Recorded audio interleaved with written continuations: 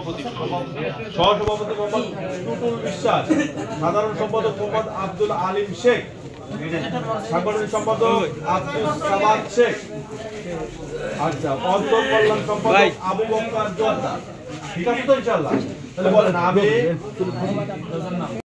ইসলামী যুব আন্দোলন শ্রীপুর ইউনিয়ন শাখার দায়িত্ব বলেন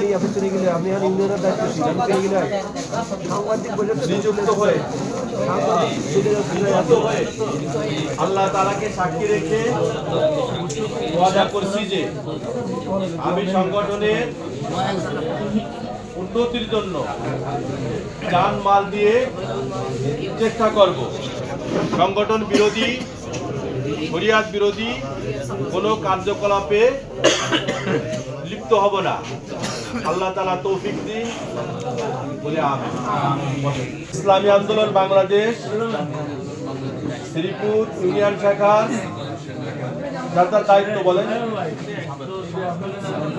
আপনার কিরাত ও সমাজ কল্যাণ, আর ভাই হচ্ছে যুব বিষয় সম্পাদক নিযুক্ত হইয়া